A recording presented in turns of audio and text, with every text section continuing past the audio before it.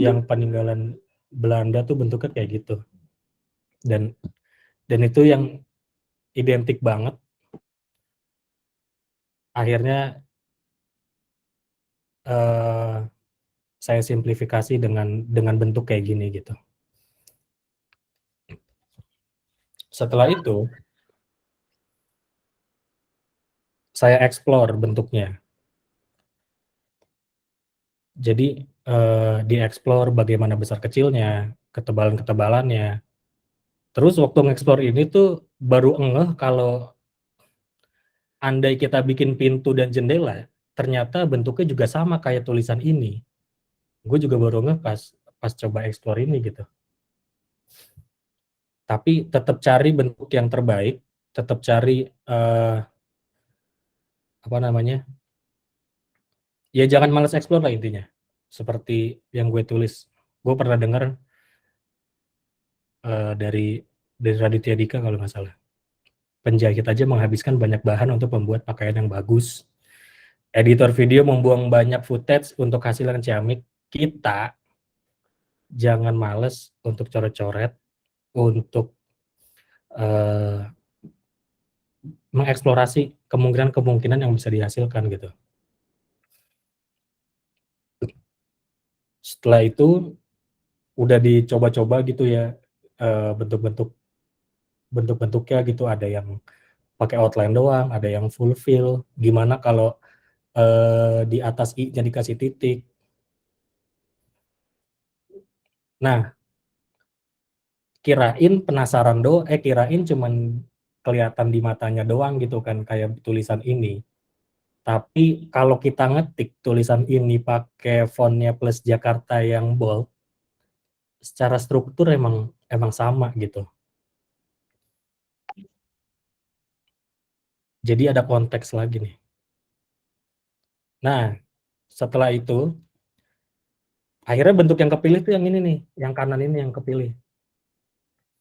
Setelah ini yang menurut gue bagus, gue susun di atas grid. Ini selalu gue lakuin kalau bikin logo khususnya. Kalau di AI itu kontrol itu tuh yang ada tombolnya itu buat show grid, terus nanti snap to grid. Apapun bentuknya gue kalau bikin logo selalu di atas grid. Nggak tahu berfungsinya untuk apa juga nantinya. Kalau dulu diajarinnya kan apa mempermudah di skala besar kecil, tapi juga kayaknya nggak tahu gitu setelah belum pernah diaplikasikan sampai sana. Tapi selama ngebuat logo apapun, bentuknya apapun gitu, gue selalu bikin di atas grid kayak gini. Nah, jadi ini yang menurut gue paling pas gitu bentuknya. Nah, yang menakjubkan lagi, ternyata bentuknya tuh juga presisi sama stasiun Jakarta Kota gitu. Dan ini bukan nggak gue niatin. Tapi waktu itu gue diskusi sama Encek sama Idar, teman kantor, gitu kan. Sebelum dipresentasiin, gue coba tektokan ke mereka. Ternyata si Encek ngotak-ngatik logo yang gue bikin ditaruh di atas foto stasiun Jakarta Kota.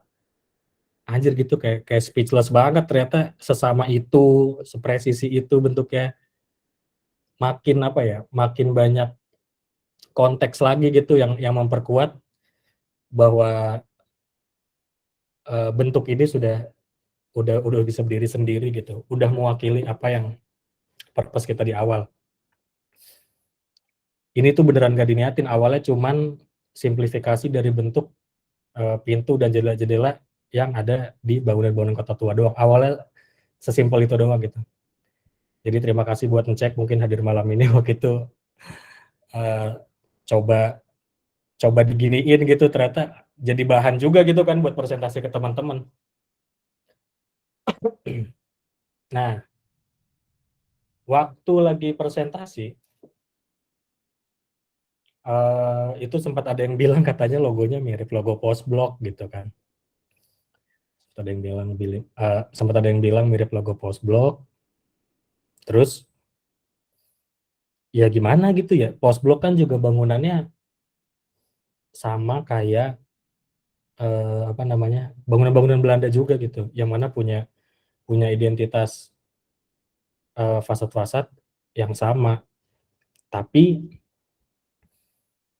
eee, tidak malah nggak referensinya bukan dari Postblok juga gitu.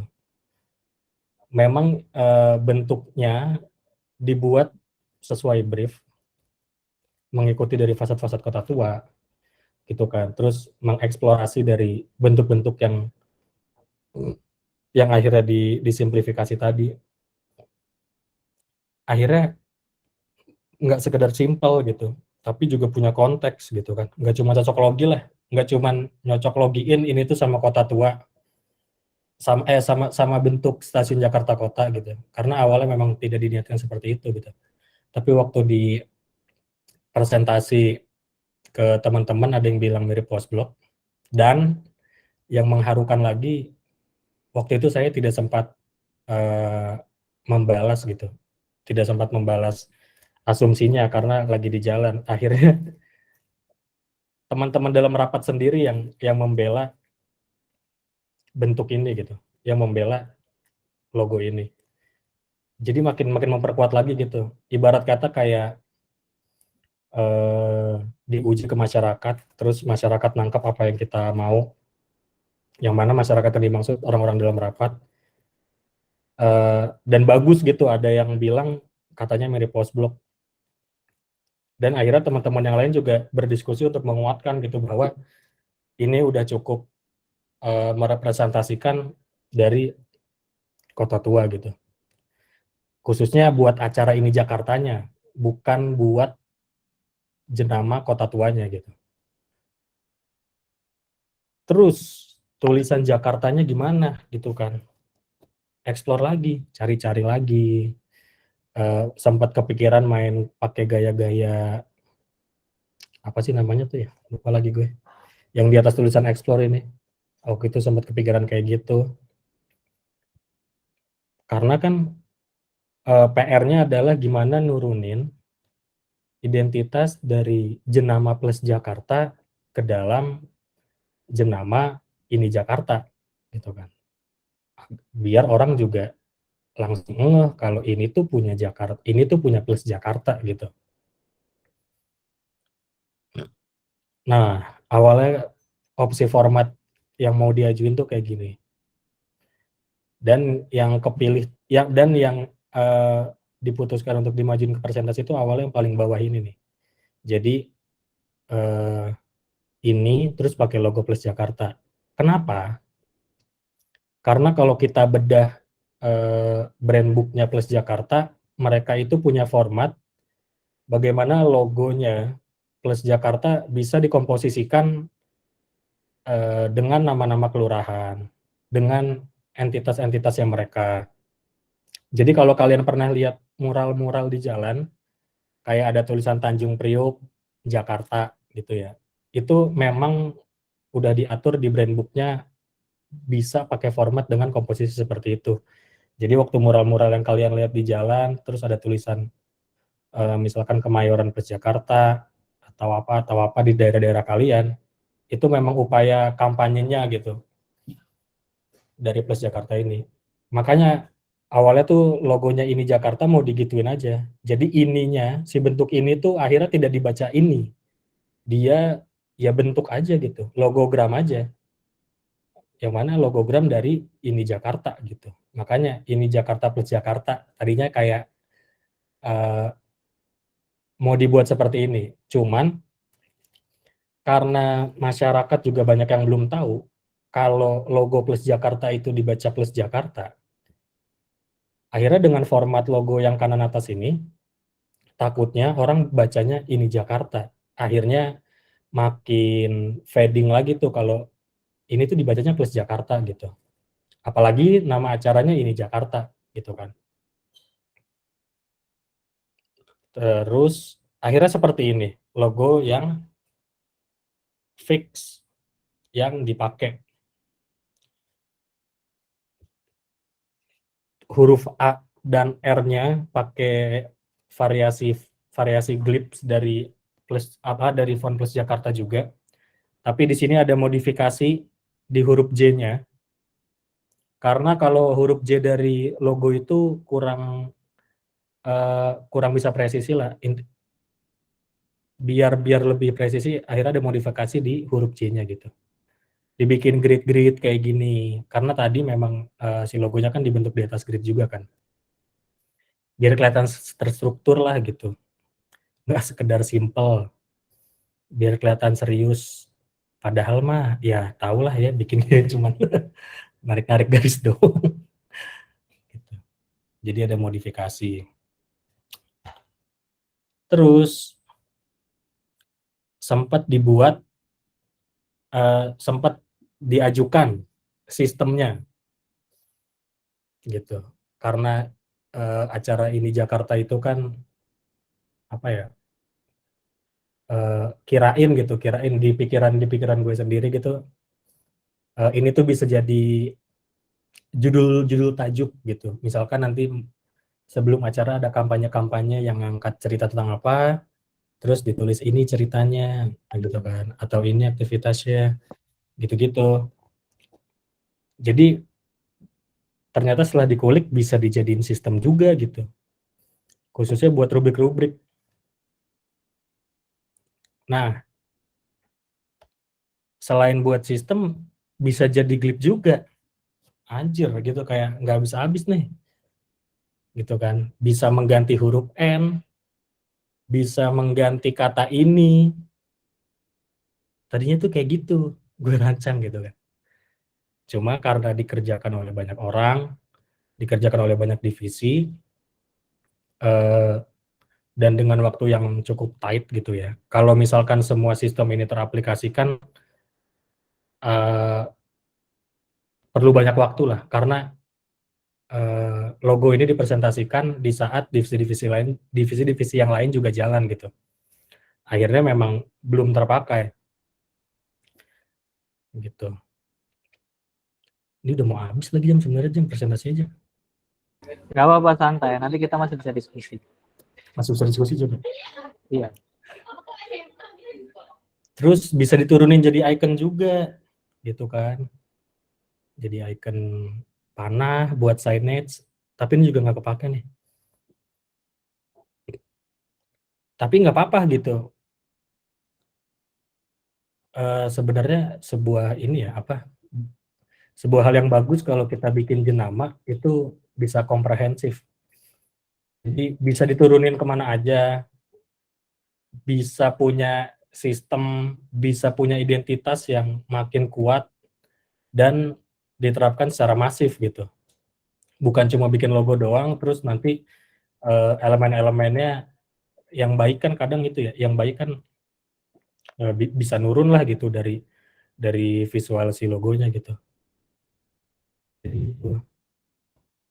Nah, selanjutnya tuh teman-teman graphic designer lah yang nurunin. Makasih banget kalau ada teman-teman yang hadir malam ini, kalian keren. Ini juga teman-teman yang bikin, ternyata bisa dibikin poster kayak gini tuh lucu juga gitu. Si logonya jadi di tengah gitu, walaupun jaraknya apa namanya di apa jarak antara bentuk IN dan I-nya kan direnggang-renggangin lagi, tapi jadi struktur yang bagus gitu. Keren juga ya, ternyata bisa diginiin gitu. Ini hasil karya teman-teman gitu. Ini poster-posternya itu kan. Nah, elemen-elemen grafis ini juga kita ambil dari ini, ada namanya Zula. Dia ngerancang elemen-elemen dari bentuk-bentuk fasad yang ada di Kota Tua juga gitu. Jadi bentuk-bentuknya, jadi masih satu brief yang menurun, terus dieksekusinya juga dengan brief yang sama. Nah, ini instalasi-instalasi yang dibikin sama teman-teman juga, dari teman-teman di dekorasi. Ternyata bisa dijadiin gate nih tulisan ininya nih yang paling kiri atas. Terus kalau kita foto ya, di belakangnya tuh ada bentuk stasiun Jakarta Kotanya emang pas di lengkungannya gitu, kayak anjir lah gitu. Bisa ya kayak gini, keren banget. Ini hasil karya teman-teman nih. Dari teman-teman apa namanya? dekorasi plus Jakarta. Terus buat sign edge-nya itu dibikin bentuknya juga kayak huruf N-nya yang kita punya gitu ya. Akhirnya komprehensif gitu jenama yang dibuat. Di panggung juga bisa dibikin kayak gitu tuh yang kanan bawah. Anjir lah gitu kayak. Intinya ini keterlibatan dari banyak pihak gitu.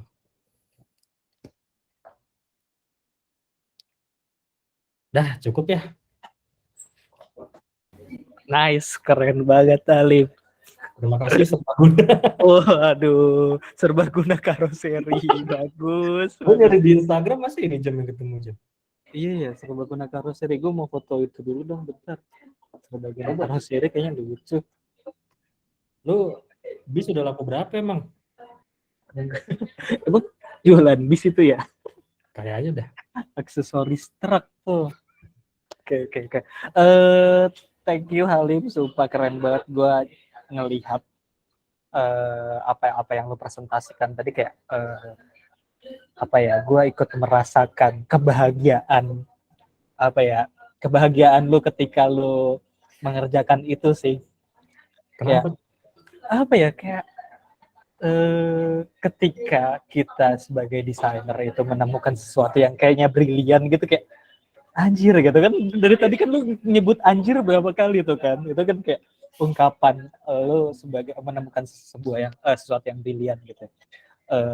Dan gue melihat itu juga kayak ikut ngerasain juga kayak keren juga nih kalau gue bisa ngikut menemukan hal-hal kayak gitu. Tapi ya sebenarnya kan menemukan hal-hal kayak gitu kan, kalau tadi kan lo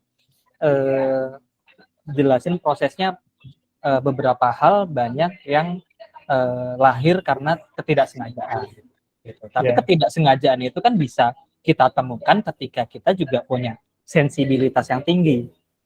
Mungkin ya kan gitu. Kalau kita nggak ngelatih sensibilitas kita terhadap banyak hal, ya kita juga nggak bisa cocokologi, kita nggak bisa ya kan, kita nggak bisa nyambungin banyak hal kayak gitu, ya kan. Dan tapi ada satu hal yang pengen gue tanyain. Istilah fasad nih kan banyak teman-teman yang mungkin nggak dari arsitektur nih, jadi mungkin istilah fasad banyak teman yang kurang familiar, mungkin bisa sambil dijelasin fasad itu. Fasad itu secara harfiah sih gue nggak tahu ya Zam, tapi gue tuh nangkepnya fasad itu kayak apa ya? Dibilang eksterior tuh sama nggak sih Jam ya? Atau cuma cukup tampilan muka? Iya, tampilan muka aja gitu. Nah, kayaknya ini, itu ya, tampilan muka sebuah bangunan kali ya, fasad ya? Setahu gue juga gitu sih. Tapi mungkin kalau ada teman-teman di sini yang dari arsitektur bisa ditambahin di kolom komen atau open mic juga boleh soal fasad.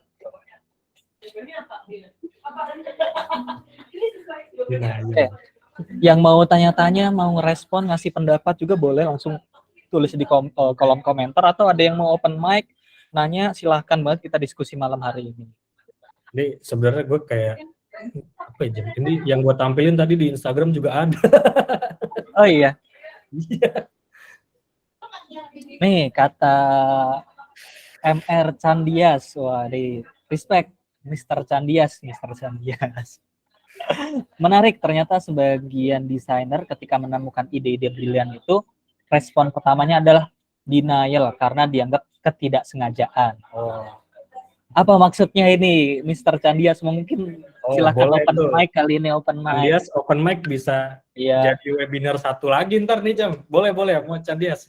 Open mic-nya stand up boleh nggak sih? Open mic stand up. Gue nggak lucu kalau open mic Jam. Oh iya, sorry.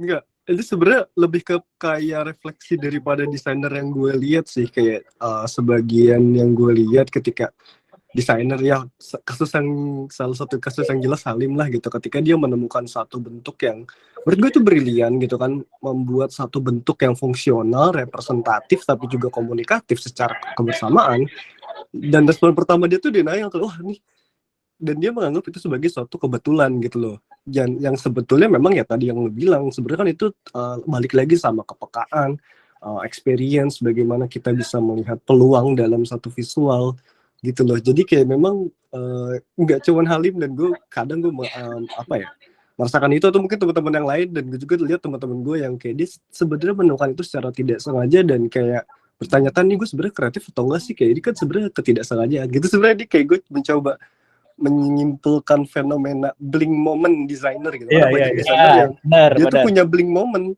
dia tuh berpikir tanpa berpikir. Jadi kayak ada di mana dia tuh dapat ide itu tanpa berpikir, yang sebetulnya memang itu adalah sekumpulan hal-hal yang tidak dia sadari gitu loh, di alam bawah sadar dia gitu loh. Itu kayak bling moment. Jadi kayak gue mencoba mereka fenomena ini aja sih gitu. Sebenarnya sih sebuah kebentuk rendah hatian lah, masa. Itu lo minder ternyata itu ya. Itu lo Ternyata minder itu ya lu. Iya. Merendah untuk meroket kalau kata bocah. Tapi bener sih yang Candes bilang ya, gue tuh bikin, maksudnya ketemu idenya tuh kayak sekejap waktu itu lagi meeting sama teman-teman graphic designernya Plus Jakarta untuk ngebahas ini gitu. Di situ juga gue pertama kali mengajukan untuk membuat brandingnya gitu. Dan untungnya Bu Almas memberi kesempatan itu juga gitu kan. Ada mungkin orangnya. Terus sebelumnya gue udah kepikiran nih, gue mau bikin gitu kan. Tapi belum ditunjuk kalau gue tuh harus bikin itu. Awalnya gue malah di dekorasi gitu. Tapi sebelum akhirnya gue ngajuin buat bikin tuh, emang gue udah kepikiran, stres sendiri kayak mikirin nih kepikirannya apa ya. Karena malu gitu kalau udah ngajuin terus ternyata nggak bisa bikin yang bagus. Benar. Tapi kalau ngomongin sensibilitas, ada buku yang dibuat Andra Matin kalau nggak salah ya. Ada 2 buku kalau nggak salah itu ngebahas tentang perjalanan Andra Matin dan teman-teman arsitek lainnya.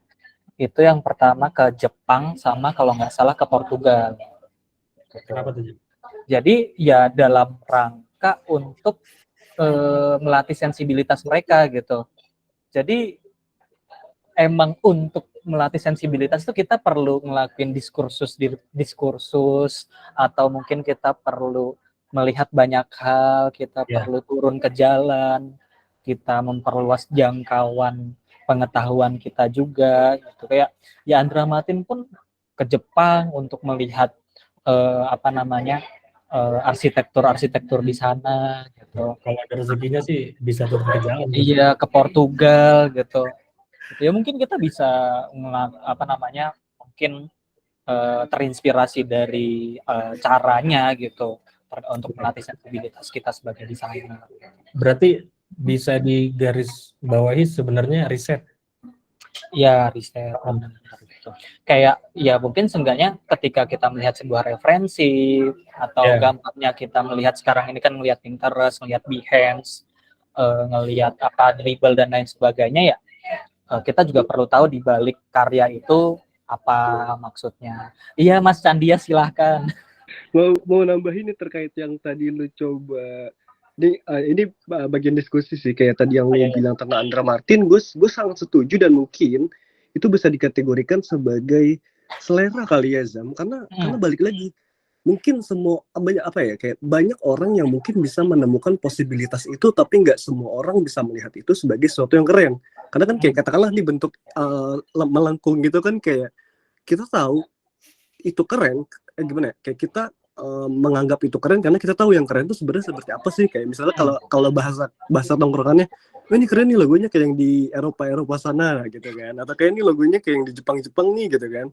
Jadi kan memang referensi, selera, dan lagi-lagi kefamiliaran kita sama bentuk-bentuk dan visual-visual yang ada di seluruh dunia itu membuat kita lebih mudah melihat peluang bentuk-bentuk mana sih yang sebenarnya bisa dieksplor lebih jauh gitu loh. Iya. Iya betul. Ya makanya itu peran kita sebagai desainer kan juga. Kan Newton juga kita sih nggak sengaja. Oh iya. Peran kita sebagai desainer kan juga harus melibatkan subjektivitas kita sebagai desainer kan. Gitu. Jadi ya itu kaitannya sama selera ya desainer tetap harus melibatkan seleranya juga kan dalam kegiatan mendesainnya. Iya, jadi apa ya? Mungkin ya apa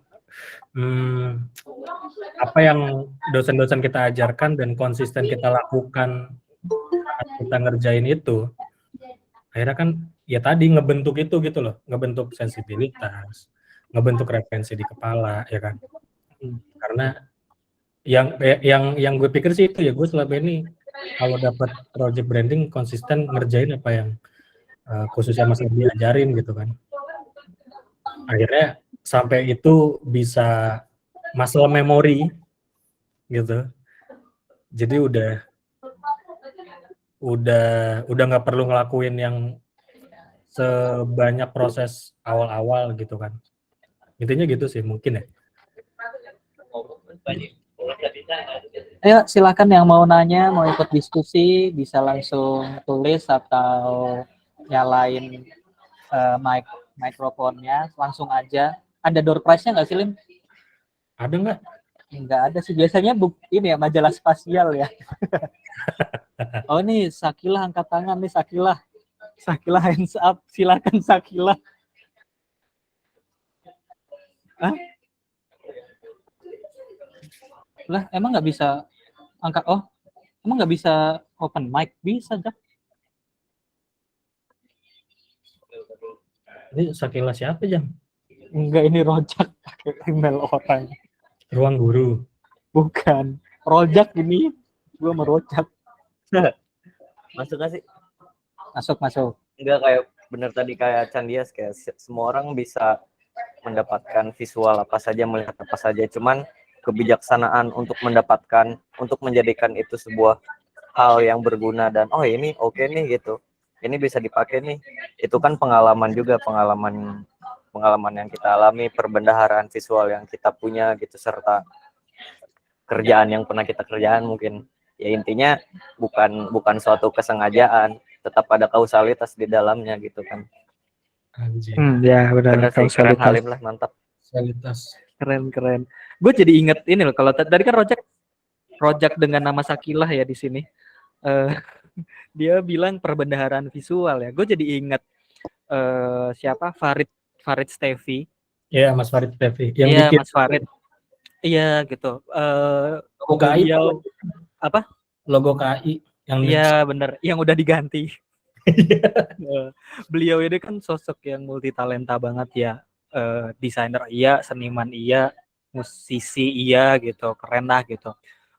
Dan dia dalam kegiatannya sebagai penulis lirik, penulis lagu, dia tuh punya perbendaharaan kata. Jadi kayak dia punya catatan, punya catatan untuk tabungan lah gitu. Jadi ketika dia kemanapun terus melihat sebuah diksi-diksi bagus, kata-kata yang unik gitu, dia langsung tulis. Dia punya catatan itu. Jadi ketika dia dalam kegiatan dia nyusun atau nulis sebuah lirik untuk lagu, dia bisa sambil buka-buka itu gitu, buka catatan lagi, terus dia ini bisa diambil gitu. Jadi mungkin itu bisa jadi metode yang kita pakai juga untuk memperkaya perbendaharaan visual kita gitu. Pembendaharaan visual, hanya keren banget ya bahasanya. Asik, Rojak keren. Nadil Zikra, Mas Nadil silakan. Halo. Halo Mas Nadil. Apa kabar Nadil? Sorry nih, kan gue gak ikut dari awal. Oh iya, disuruh ulang nih. Boleh, mau Enggak. Gue mau nanya nih, kan ini Jakarta logonya inspirasi dari Kotu. Ya kan? Ya istilahnya dari bentuk-bentuk bangunan di Kotu. Terus juga pelaksanaannya di situ kan. Itu karena udah ditentuin di pelaksanaan acaranya dulu apa gimana?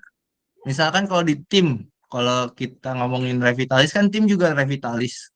Apakah logonya bakal beda kira-kira? Oh. Jadi waktu itu rencananya malah di lapangan Banteng, Dil.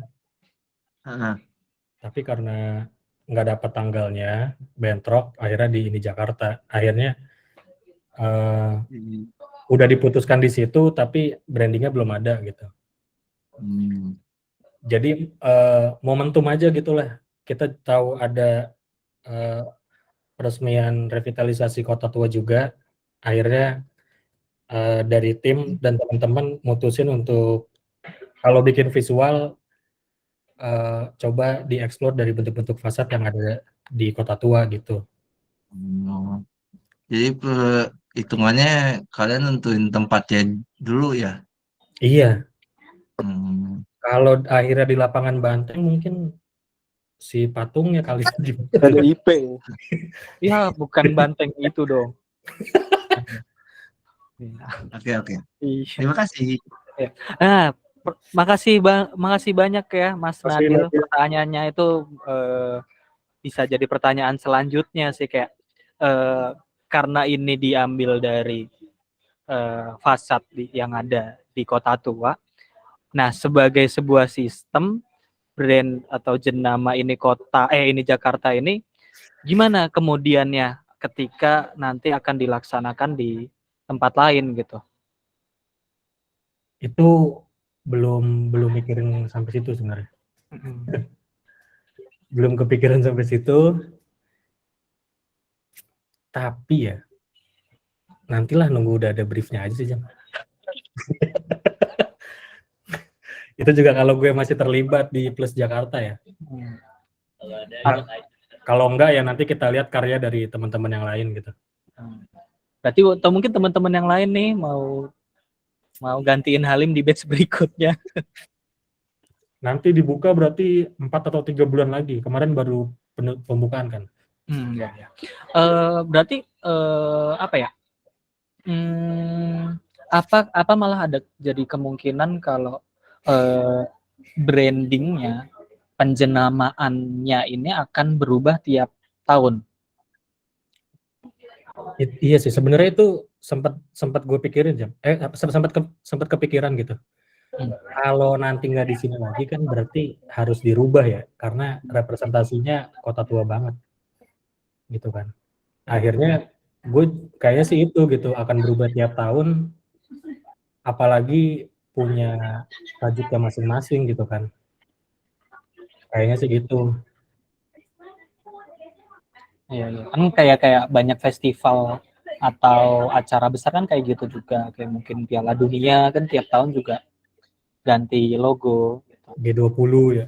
G20, nah, G21, ntar selanjutnya G21 kan berarti ya.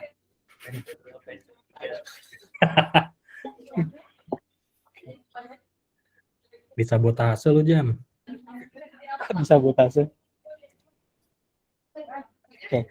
Atau mungkin kita biar agak sedikit lebih seru, mungkin kita minta siapa ya buat join ngomong gitu, kasih pendapatnya atau apa. Boleh. Siapa lagi, Jam? Kita minta untuk banyak nama-nama besar lagi, agak takut juga nih. Coba dong. Oke, ada teman dari Bali nih, Mas Beli Sindu Artayasa. Jam ada Bang Dewan. Ada Bang Dewan mana? Trisakti. Iya, mana ininya? Emang Dewan iya ada. Oh iya, benar, ada Bang Dewan. Terima kasih udah hadir menyimak. Kita coba panggil Beli Sindu kali. Beli Sindu standby tidak? Bersedia nggak buat ikut terlibat? Beli Sindu siapa, Jam? Ada temannya Homsin. Homsinnya nggak masuk ya? Homsinnya sombong.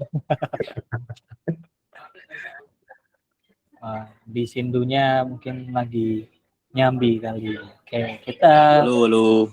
Oh, Beli Sindu. Halo. Apa kabar Beli Sindu? Halo Beli Sindu. Mantap Sam. Halo Halim, salam kenal. Salam kenal Beli Sindu. Nantikan saya di Bali Desember. Siap. Iya, main ini. Beli Sindu nih di mana Bali Billy Design. Oh, iya. Sekantor sama Homsin berarti. Sekantor sama Homsin. Nanti bisa main-main ke Bali Billy di Canggu. Boleh. Wajib itu. Ditunggu. Ditunggu. Gimana Beli Sindu? Waduh, Gimana nih? Ya, apa yang poin menarik yang beli Ya, CD ya. tadi dapetin kira-kira? Itu sih tadi yang menarik ya, yang penerapan turunan dari logo. Kayak tadi ada pembuatan sistem gitu ya, sistem sama icon segala macam. Halo, kedengeran? Ya, kedengeran. Oh ya ya. Tadi kan dibilang itu didapatnya nggak sengaja ya. Ya, betul. Mau nanya sih, idealnya turunan-turunan dari logo yang kita bikin itu kita siapkan di awal atau biarin ngeflow aja? Oke, Beli Sindu izin menjawab. Yuk, silakan. Kalau aku pribadi, Beli, itu seberusaha mungkin bisa diturunin jadi sistem atau jadi apapun gitu. Bisa dibilang juga sebuah keharusan gitu kan. Jadi identitasnya tuh masih nurun. Bahasanya Candias nih biasanya cakep-cakep nih bahasanya nih. Identitasnya tuh nurun terus gitu. Jadi andai logonya dilepas, misalkan dia hanya berdiri dengan font atau dengan elemen grafis, orang tetap bisa lihat kalau ini tuh punyanya brand ini gitu. Masih bagian dari sebuah brand gitu ya. Ya, tapi ngerjainnya ngeflow aja sih. Jadi kadang kita habis ngulik-ngulik suka kepikiran apa gitu kan. Itu nanti kayak magic lah gitu. Di jalan tuh nemu aja gitu. Kalau kayak gitu. Tapi emang udah harus disiapin arahnya akan ke sana gitu. Istilah tepatnya serbaguna. Versatile. Iya. Menarik. Tapi di luar project ini Jakarta, biasanya nemuin turunnya itu kayak gimana, Bang? Yang udah project-project yang udah sempat dikerjain. Biasanya nemuinnya sih. Kalau dari mana? Dari referensi sih. Kebanyakan ya pernah ngelihat sebuah brand tuh bisa diturunin kayak gini, sebuah brand bisa diturunin kayak gitu. Jadi punya keinginan kalau nanti bisa bikin brand yang kayak gitu juga, gitu Mas. Kalau caranya sih ya simpel ngulik-ngulik aja sih Mas. Dan dari referensi yang udah ada gitu. Emang gak jauh-jauh dari kalau aku pribadi ya Mas, dari situ-situ gitu. Gak ada metode khusus gitu, nggak ada. Atau mungkin apa yang saya lakukan ada metodologinya, saya nggak tahu. Oke. Ya. Berarti gimana bilangnya ya? Dari konsep memang disiapin di awal untuk turunannya. Cuman ya itu metodologinya ngikutin gini berarti ya, apa istilahnya, situasi. Apa sih trennya? Kebutuhan brandnya mungkin ya. Ya, kebutuhan brand. Benar, kebutuhan.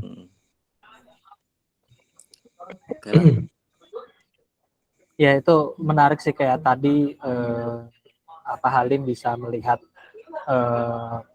kemungkinan si brandnya ketika diturunin jadi rubrik-rubrik konten yang tadi ini ceritanya, ini sejarahnya gitu. Betul. Itu menarik banget gitu. Benar. Jadi mungkin bisa kalau tadi Halim menemukannya secara tidak sengaja untuk diturunin ke situ, mungkin kita juga bisa punya metode yang kayak oke, kita lihat dulu kebutuhan brandnya gitu kan.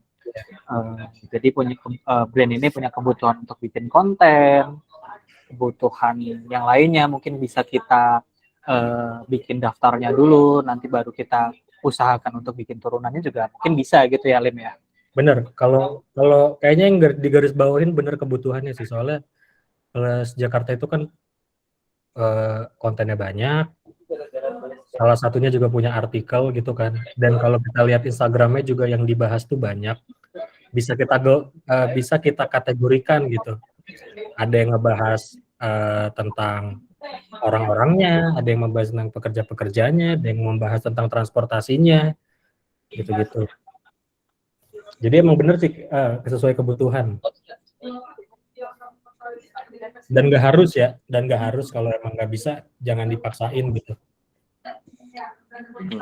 Iya, iya. Oke, thank you Blisindu untuk Yo, diskusinya. Nih thank you ada banget. pertanyaan lagi dari Rokes Gaming. Izin bertanya Pak Halim, lebih sering mana dapat konsep dengan ketidaksengajaan atau terkonsep dari awal? Lebih sering nih Rokes Gaming nih, Iwan nih namanya, Jam. Oh, Mas Iwan ya? Dari Cipedak. Mas Iwan dari Cipedak kok deket rumah gue dulu ya? Iya.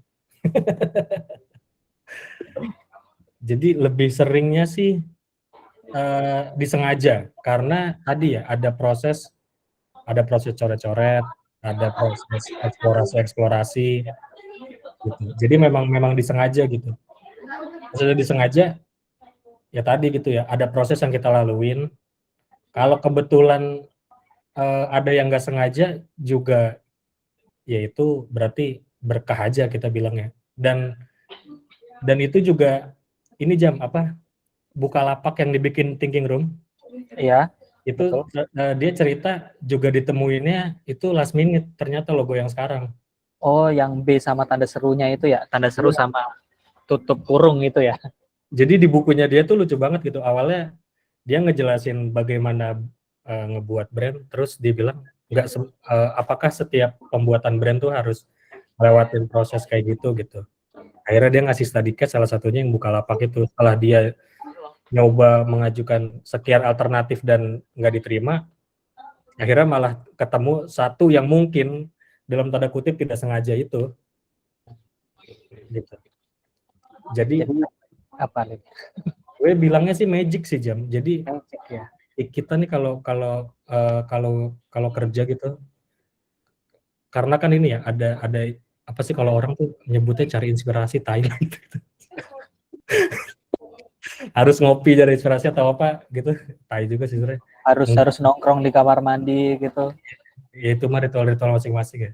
Iya. Tapi emang mungkin beberapa orang butuh kayak gitu untuk akhirnya nemuin magic. Apapun yang dilakuin, kadang kita baru kepikiran tuh setelah kita bikin gitu Jam. Setelah kita bikin, anjir kayaknya bagus kayak gini. Nah itu tuh menurut gue tuh magic tuh, dan itu harus kita kejar. Ngejarnya ya diolah lagi, dibuat, itu dikerjain, sampai akhirnya magicnya tuh mateng. Benar, setuju gue Lim. Iya benar. Ya kayak hidayah ya, namanya hidayah kan harus diambil ya, harus dikejar. Terus waktu itu guru bahasa gue di SMA pernah bilang gini Jam, ada tugas menulis cerpen, terus kita satu kelas kebingungan gimana caranya nulis. Dia cuma bilang, nulis dulu aja nanti ketemu cara itu. Betul lagi, iya. Akhirnya ya kayak gini sih. Ya betul. Magic. Jadi intinya kita juga perlu pandai-pandai ya dalam nangkap sebuah ide, nangkap sebuah petunjuk dan ngolahnya juga. Jadi jangan cuma dapat ide, tapi kita harus cerdas untuk ngolahnya juga. Benar. Karena kan kadang ya hidayah masih mentah ya. Ya. Atau ini Jam, lu pernah lihat ini nggak? Apa namanya? Ilustrasi yang bukan ilustrasi sih, jadi digambarinnya tuh kayak OLED itu titik-titik yang nggak bersambungan, experience itu garis yang menghubungkan titik-titik. Habis itu kalau nanti dari titik-titik dan garisnya kita bentuk sebuah bentuk yang bagus, itu kreatif gitu. Jadi titik-titik itu knowledge gitu, dia belum nyambung di knowledge kita, dengan experience itu menyambungin titik-titik atau knowledge yang kita punya, sampai akhirnya kita bisa nemuin magic-magicnya itu bentuk mau diapain. Itu experience dan knowledge mau diapain kayak gitu. Berarti kalau dijadiin rumus, knowledge kreatif sama dengan knowledge x experience. Iya, kali ya. Kali ya. Kalau rumusnya nggak masuk, ganti rumus aja. Iya bener, gak apa-apa. Masih banyak rumus yang lain kok. Nih, Candias nanya. Candias mulu. Lim, mau diskusi dong terkait dampak branding ini yang bagi beberapa pihak tidak begitu setuju. Menarik kalau kita bahas dari perspektif yang berseberangan. Oh nih, jadi Candias gak setuju nih Lim kayaknya. Ya. Aduh. Kalau ditanya itu ya, alhamdulillahnya sih pada setuju semua toh. Oh enggak Lim. Sorry, maksud gue gue coba pengen ngebawa satu opini yang menurut gue menarik nih. Jadi kayak ada beberapa komunitas, komunitas sejarah sebetulnya. Ini maksud gue bukan dalam setuju atau enggak, lebih ke kayak bagaimana dampak ini yang tidak seperti yang diharapkan gitu loh. Jadi kayak gue pernah baca satu opini dari beberapa komunitas sejarah yang mana ternyata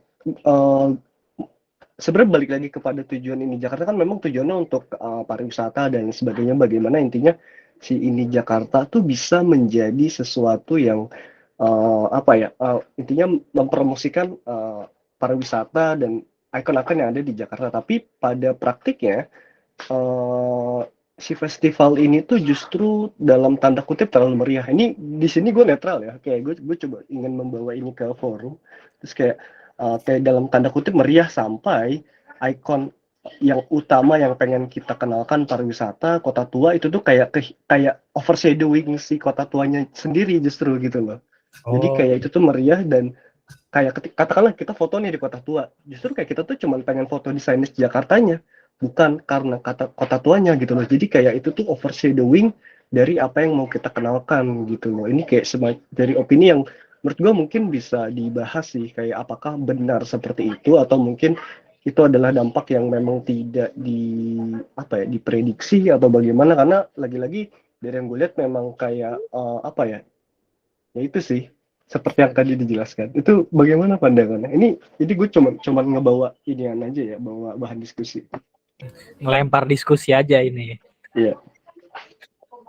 Oke, silakan Halim. Gue kan host aja nih ya. Top. Gue sejujurnya itu tuh kurang ringkes bisa nangkep.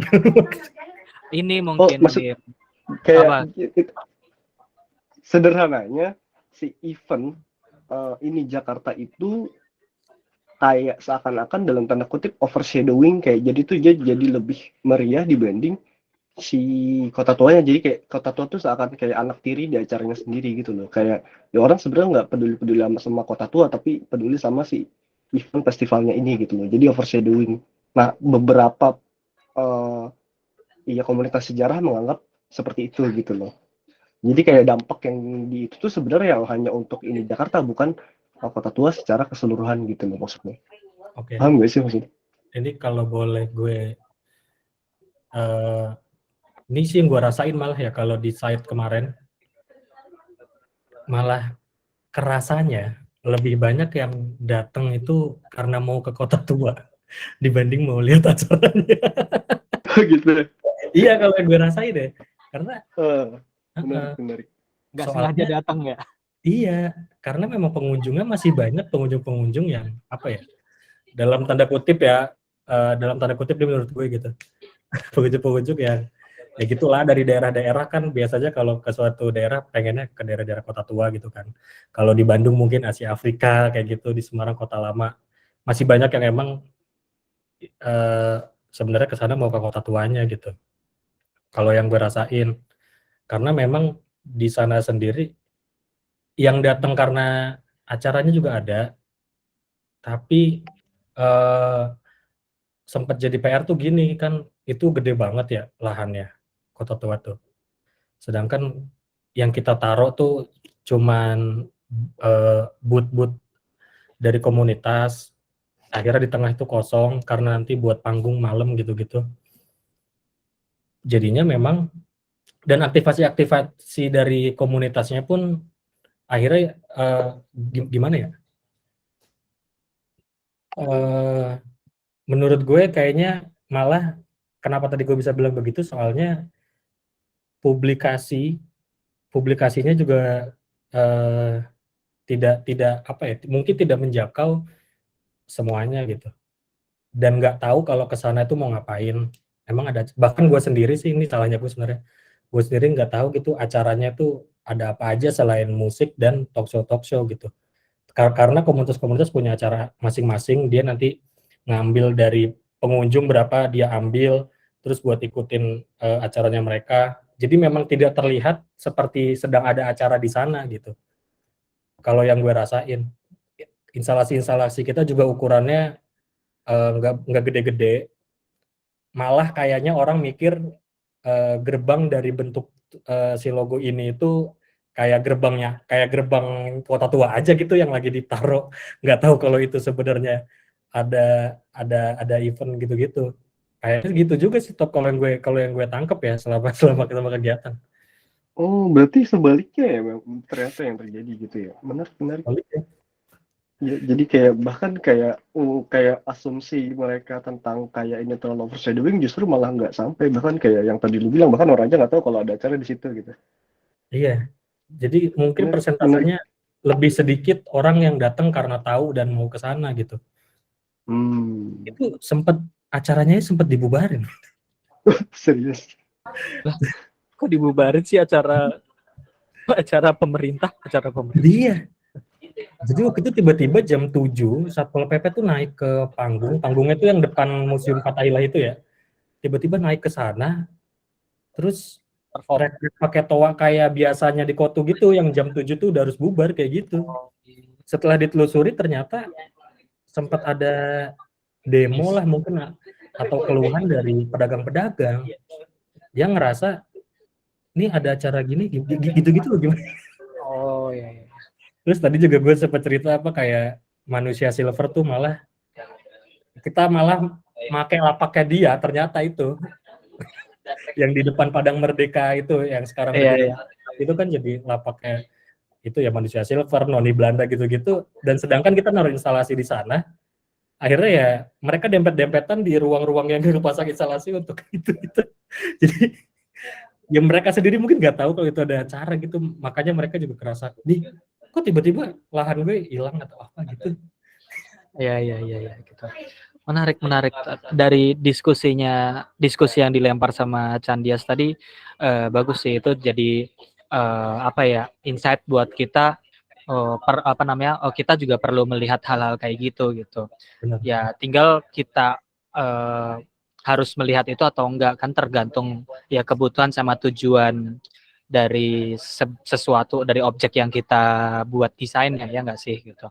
Kalau misalkan dalam konteks ini adalah event gitu, tujuan eventnya apakah ia untuk meng-highlight kota tuanya atau kayak gimana gitu. Kalau emang perlu ya apakah kita harus tadi gitu mengkaji soal overshadowing atau apa gitu kan. Itu tuh menarik banget sih. Oh iya. Gitu teman-teman. Mungkin kalau nggak ada tambahan kita sudahi kali, udah cukup panjang kita ngobrol, Lim. Bener sih. Gue mau bilang makasih aja gitu yang ngerasa apa yang dihasilkan ini sebuah kebagusan, sensitivitas dan sebagainya. Terima kasih. Iya. Karena gue pengennya menganggap apa yang gue hasilkan ini sebuah kesalahan gitu.